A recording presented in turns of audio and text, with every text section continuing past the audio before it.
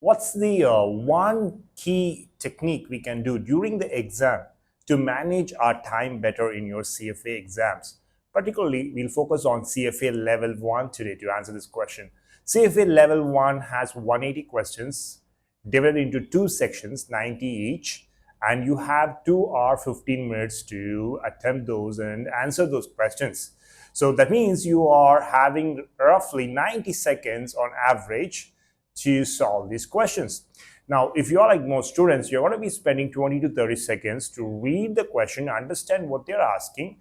That leaves you with only 60 seconds to solve each question. Okay, now for most of the students, majority, not all, for majority of the students, the one thing you can do is to just attempt the easy and intermediate questions and skip the hard ones.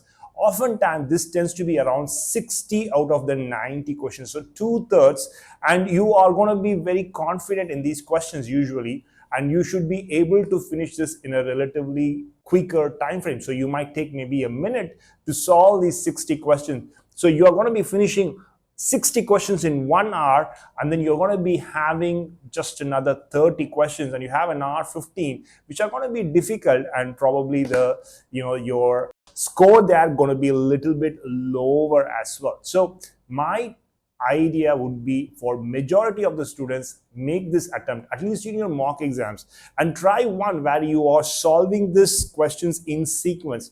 What I have seen is a majority of the students do better if they first attempt all the easy and intermediate questions before they go back and look at the hard ones. Let me know what you felt is better for you.